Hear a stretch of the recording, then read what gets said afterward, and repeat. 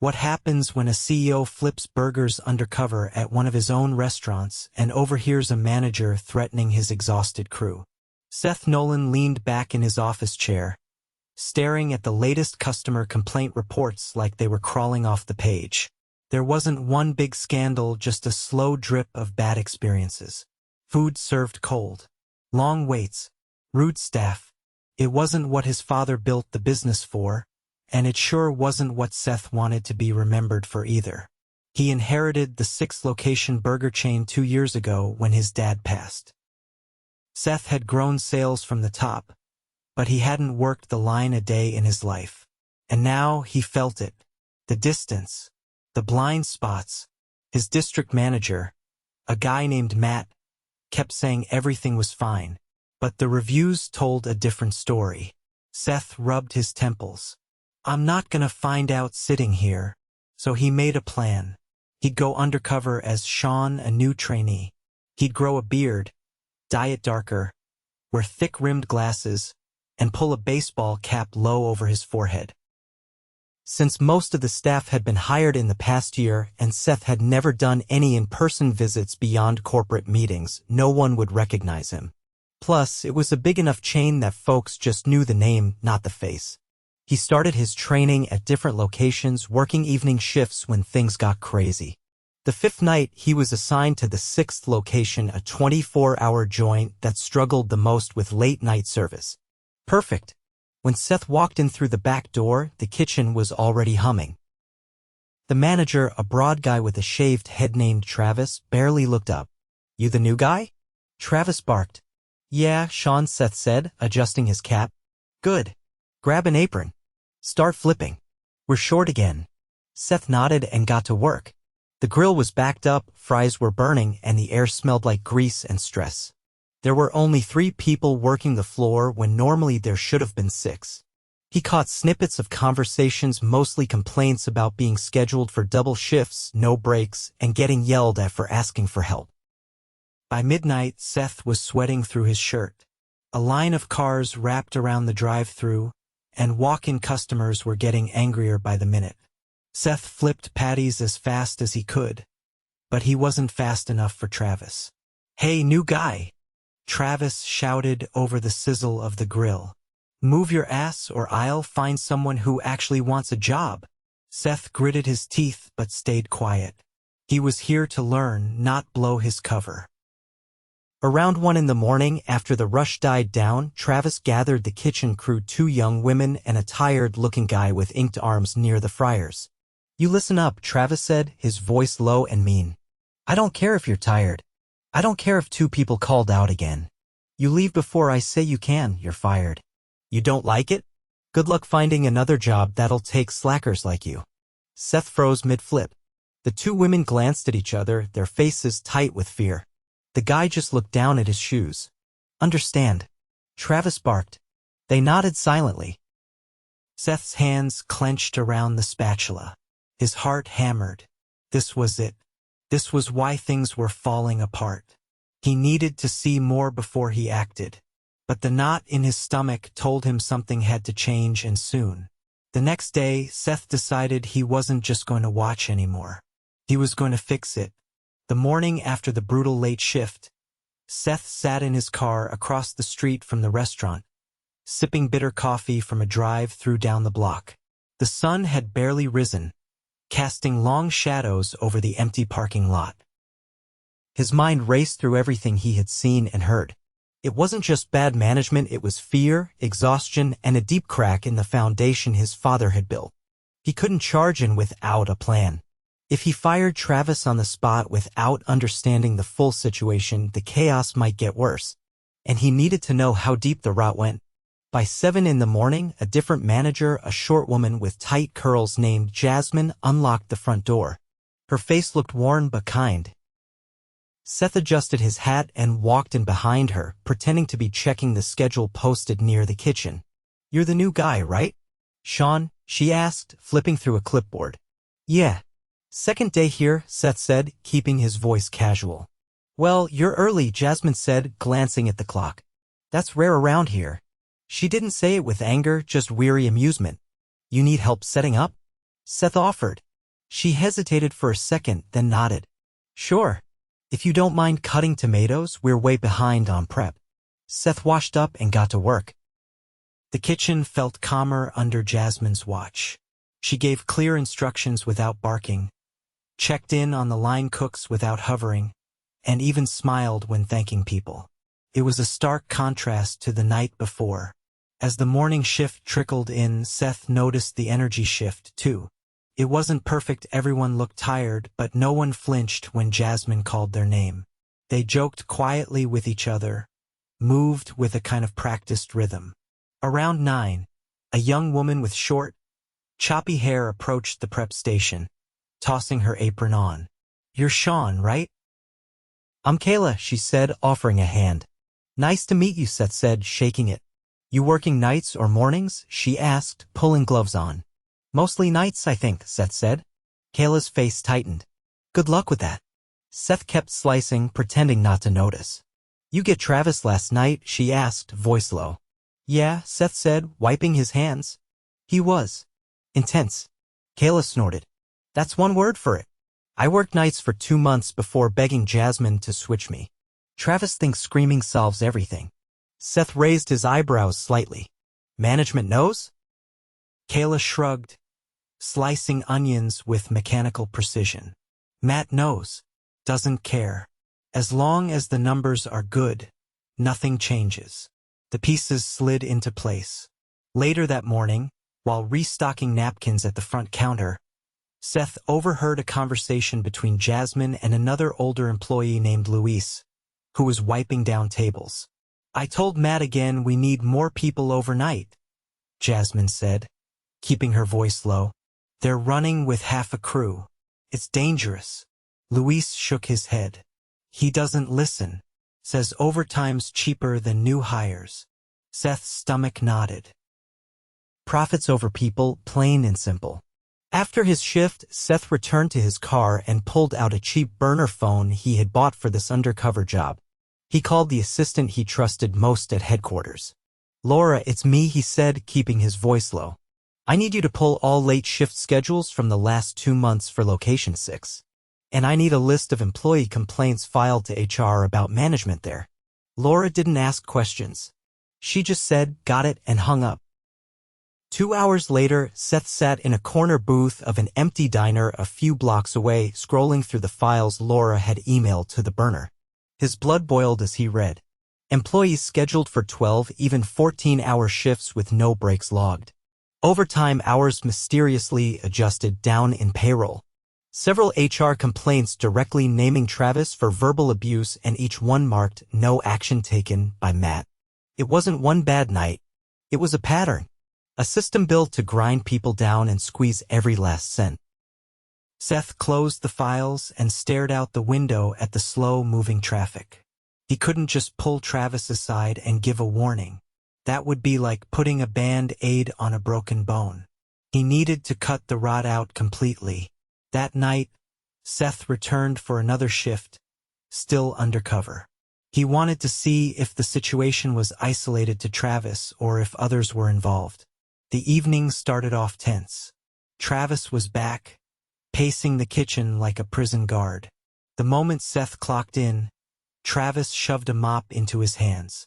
Floors are disgusting. Get it done before the dinner rush or you're out, Travis snapped. Seth nodded, taking the mop without a word. As he worked, he observed. A young cook named Marcus, barely out of high school judging by his face, was limping slightly as he prepped burger buns. His name tag was crooked, and there were dark circles under his eyes. You good? Seth asked quietly when Travis wasn't looking. Marcus winced. Twisted my ankle last week. Asked for light duty. Travis said tough luck. Seth's jaw tightened, but he stayed quiet. By 9, the restaurant was slammed. Orders piled up, and tempers flared.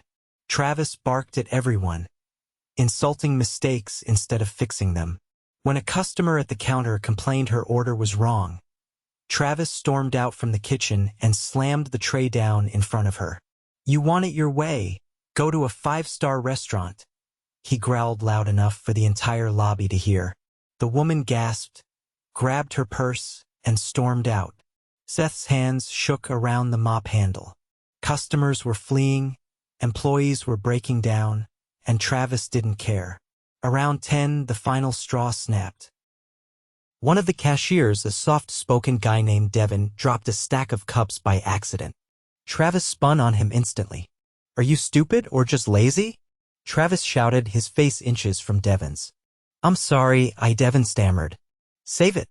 You're lucky I don't fire you on the spot, you worthless." "Enough," Seth said, loud enough to cut through the chaos. The kitchen fell silent. Every employee froze, staring at him. Travis turned, sneering. "What did you just say, new guy?" Seth pulled off the cap and glasses, tossing them onto the counter. He wiped the fake beard from his face with a napkin from his apron pocket, revealing the unmistakable face from the framed photos in the lobby. "I'm not Sean," Seth said, voice steady. "I'm Seth Nolan. I own this company." The color drained from Travis's face so fast it looked like someone had flipped a switch. "You're kidding?" Travis stammered, taking a step back. "No," Seth said, stepping forward. "And I've seen enough." The employees stared in shock, some with hands over their mouths. "You," Seth said, pointing at Travis, "are relieved of duty. Effective immediately. Get out." Travis opened his mouth, then shut it again. Without another word, he grabbed his jacket from the hook by the back door and slunk out. Seth turned to the stunned crew. "No one here is worthless," he said, voice firm.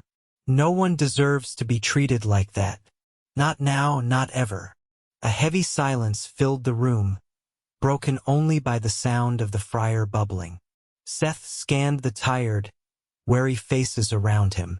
People who had shown up, day after day, through abuse and exhaustion, because they needed these jobs. "We're making changes starting tonight," he said. "And it's going to start with listening to you." Devin wiped his face with his sleeve. Marcus leaned against the prep table, looking like he might collapse from sheer relief. Seth knew the road ahead would be long, but for the first time in a long time, he felt like he was actually standing on it. Seth stayed behind the counter after Travis left, watching the stunned crew slowly return to their stations. No one knew what to say, and honestly, neither did he. The exhaustion on their faces hadn't vanished just because he had removed the source of the shouting. The problems were bigger than one bad manager, and he knew it. He pulled a clean towel from under the counter and wiped down a prep table, trying to give everyone a moment to breathe. Luis, the older employee from the morning shift, drifted closer, his hands still trembling slightly from the earlier chaos. "Sir, I mean Mr. Nolan. What happens now?" Luis asked carefully, his voice low and rough from years of kitchen work.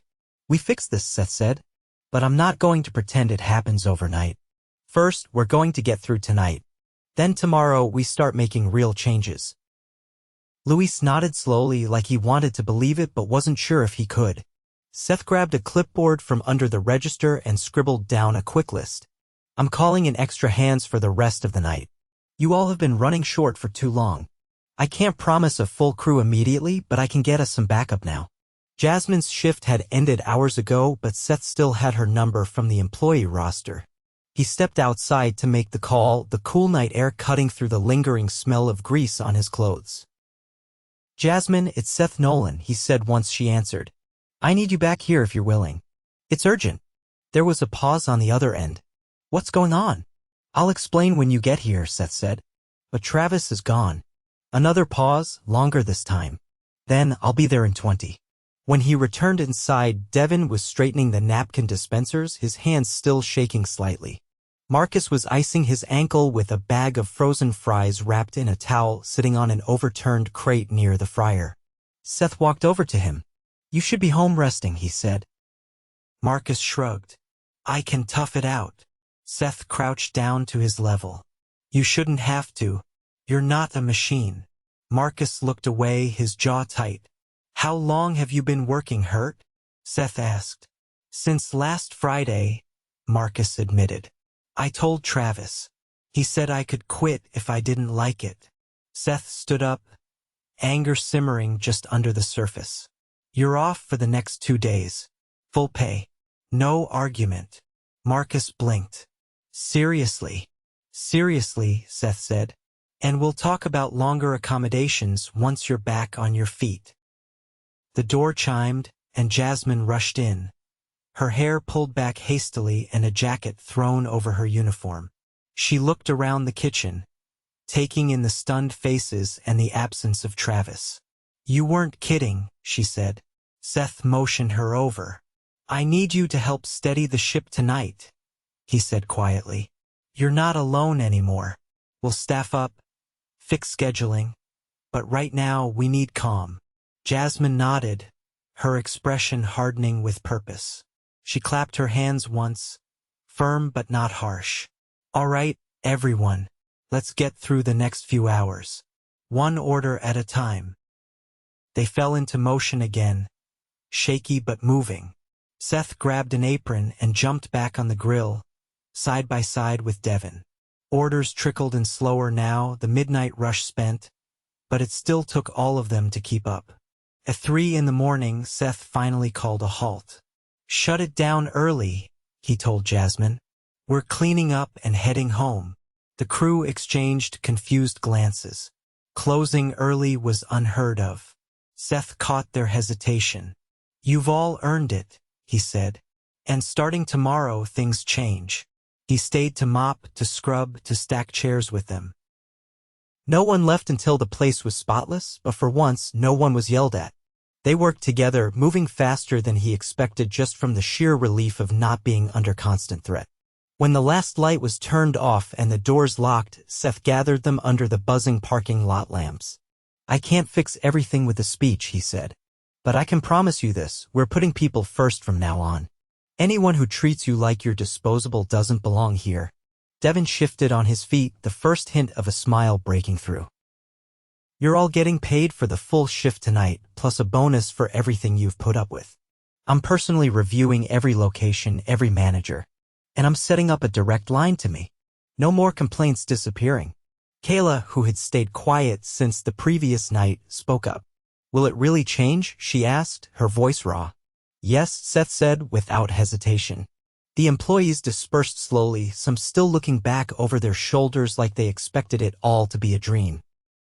Seth stayed until the last car pulled out of the lot, the sky starting to lighten with the first hints of dawn.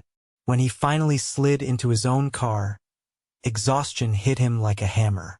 But it wasn't the bone-deep weariness from being ignored or mistreated. It was the kind that came from honest work, from facing hard truths and deciding to do better. As he pulled away from the lot, he thought about what came next. Tomorrow, he would call an emergency meeting with the district managers, Matt included. No more hiding behind numbers. No more protecting bullies because they hit budget targets.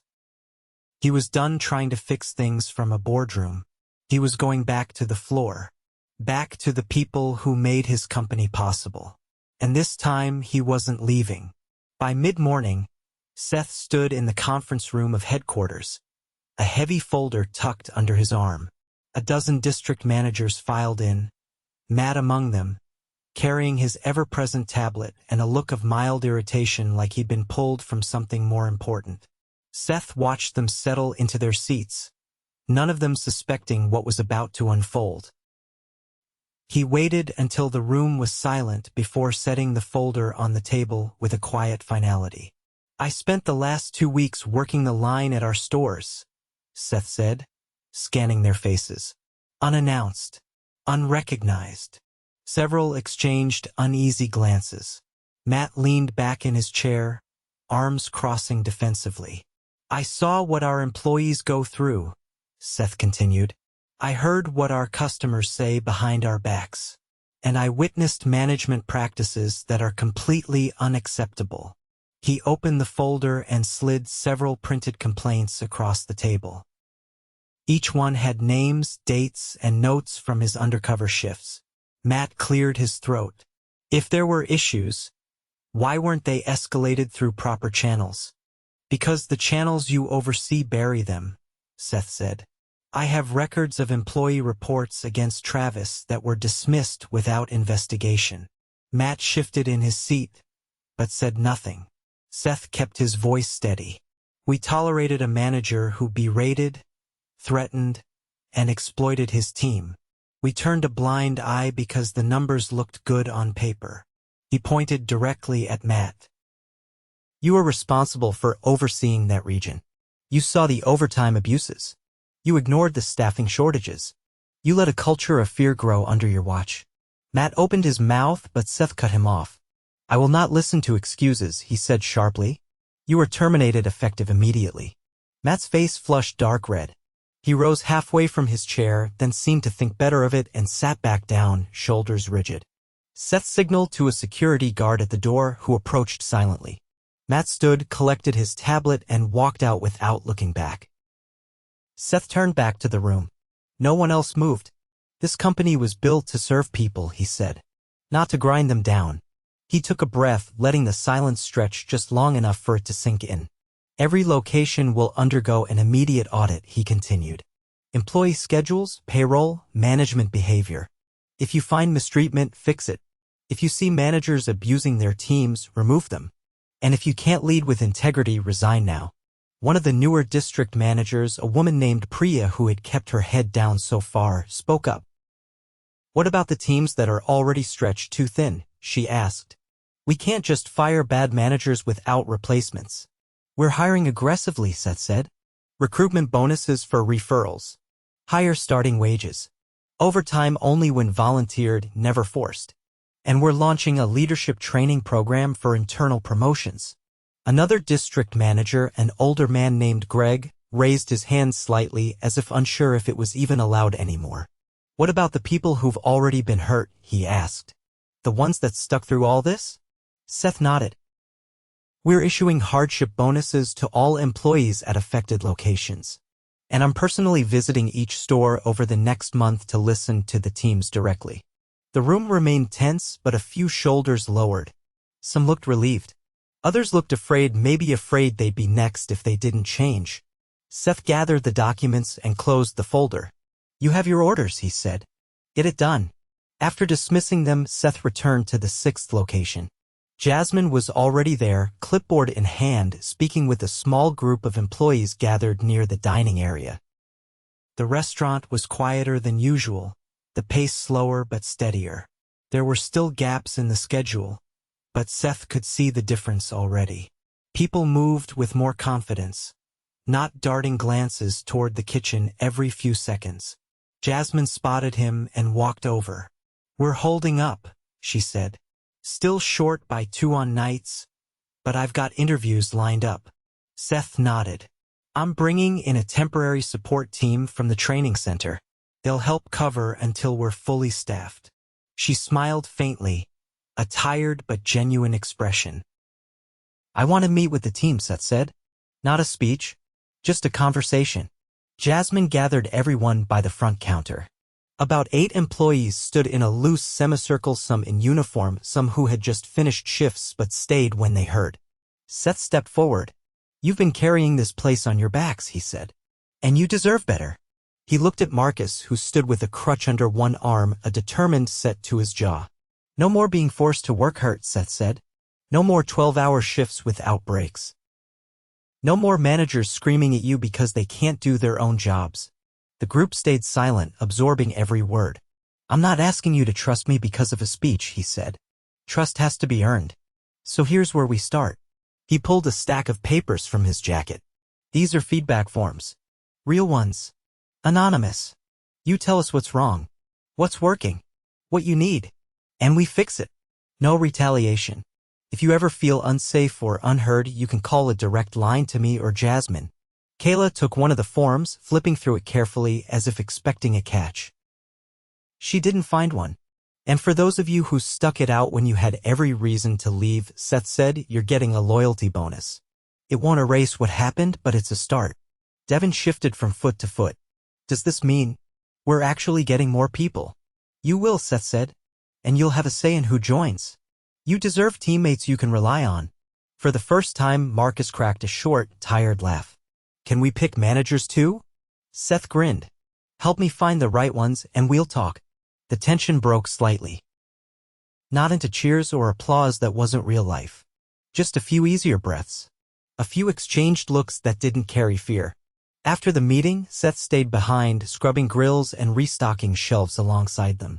Not supervising. Working. Later, as they locked up, Jasmine walked over, the keys jingling in her hand. "You could have just fired Travis and walked away," she said quietly. "I would have been fixing a symptom, not the cause," Seth replied. She nodded thoughtfully, then handed him a spare key. "You'll need this if you're serious about coming back." Seth took it, feeling the weight of it in his hand. "I am," he said. Every step of the way. They stepped out into the cool night air. The streetlights buzzed overhead and the world felt just a little less heavy. Tomorrow would bring more challenges. More late nights. More hard conversations. But tonight, for the first time in a long time, Seth knew he wasn't fighting alone. He locked the door behind them, sliding the key into his pocket. Then he turned toward the parking lot, walking toward the future his company and its people deserved.